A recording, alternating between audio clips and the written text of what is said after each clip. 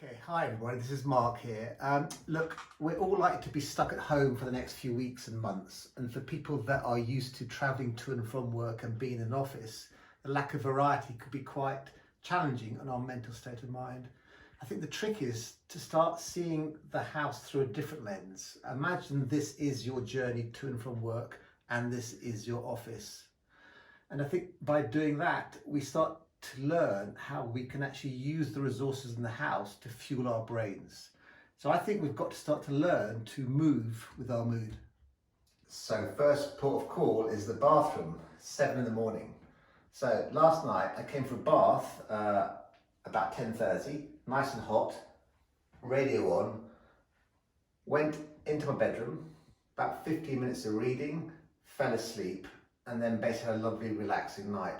In the morning, come in here, go for a shower, just to wake me up, and then suddenly, just as if per magic, all the stuff comes piling out of my head, and lots of ideas, lots of thoughts, which I then write down on a post-it notepad.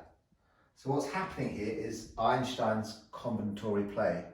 Fundamentally, the premise is that your brain is at its most productive when it's at its most relaxed. So that basically, by the time I leave this bathroom around about 7:30, I've had a great start to the day. Okay, so between about 7:30 and 11:30 in the mornings and 4 and 6 in the afternoons, I'm in my home office.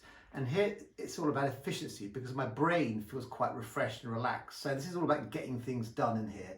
So I'm surrounded by gadgets, laptops, phone, computers, everything's kind of black. And I've just rattled through my to-do list. I just cross off all the items on my list, swooshing with delight.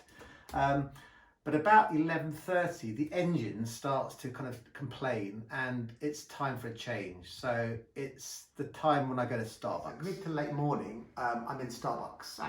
I'm in my kitchen and I get a boost of coffee, but you know what, I get kind of so much more because we've got stimulus all over the place. We've got magazines, we've got pens, we've got a bit of buzz in the background. It's just a sort of place where I feel that I can think quite freely about things, but it's quite a generative place. So it's often Jack or Mel joins us and we have a bit of a brainstorming session, but my brain's not working too hard. It's in quite a creative mode. And we get to about 1 o'clock and we think, okay, my brain needs a bit of a break. So this is also where I have my soup, my apple every day. Okay, so lunchtime and at the end of the day, you just need to give your brain a bit of pampering. So in the garden, no post-it notes, nice noises. I mean, coronavirus is creating so much suffering, but the one thing that it can't do is cancel spring. Okay, so that's the end of my virtual tour of my home, and I think just for the next few weeks, months, it doesn't matter how big your living space is, whether you live in a flat or in a house. I think you've got to almost treat it as if it is your office. And I've been working at home for the last 20 years and I love it. But I think the trick is to try to see your office through a sort of different lens. And I think the trick is to basically learn to move with your mood, to keep sane, but also to kind of keep inspired at the same time. So that's it. Thanks a lot. Keep safe and keep sane and keep smiling.